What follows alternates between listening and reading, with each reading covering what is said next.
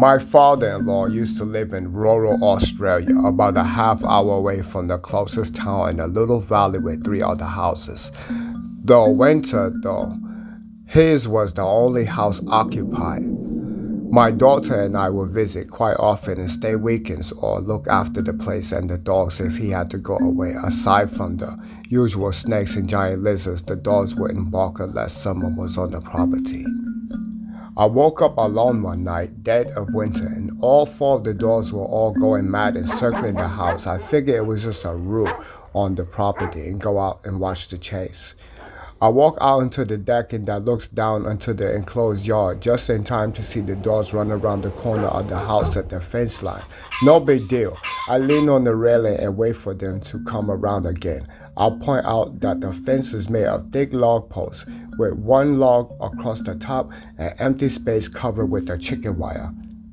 I'm watching the opposite corner of the fence for the dogs next past as I can hear them coming, and most of that side is obscured by trees and lilac bushes. Whatever they were chasing though was not a goddamn rule.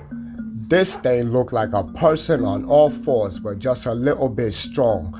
A little too long is the only word I can think to describe it. It was running along the top of the fence and panting like the dogs were. These dogs were fast and smart. I watched them repeatedly take down adult male wolves that got a bit too close to us before, and those things move fast, but whatever this was moving faster than that.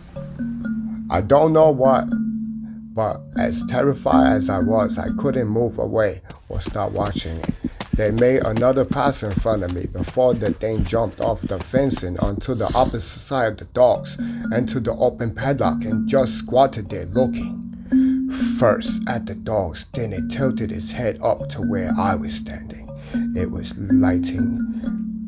light enough to see its face, just that it moved its head. Once I saw it, it bolted off into the trees, still on all fours and way faster than a person should have been able to move in that position. I brought the dogs in after that, and they slept with me for the night. But I don't know, I was terrifying, but both of my father-in-law and I came to think him as the boy. He only saw him once, but I saw him 4 or 5 times in the 4 years my father had lived there. He never really seemed malicious, curious, or mischievous, maybe, but not malicious.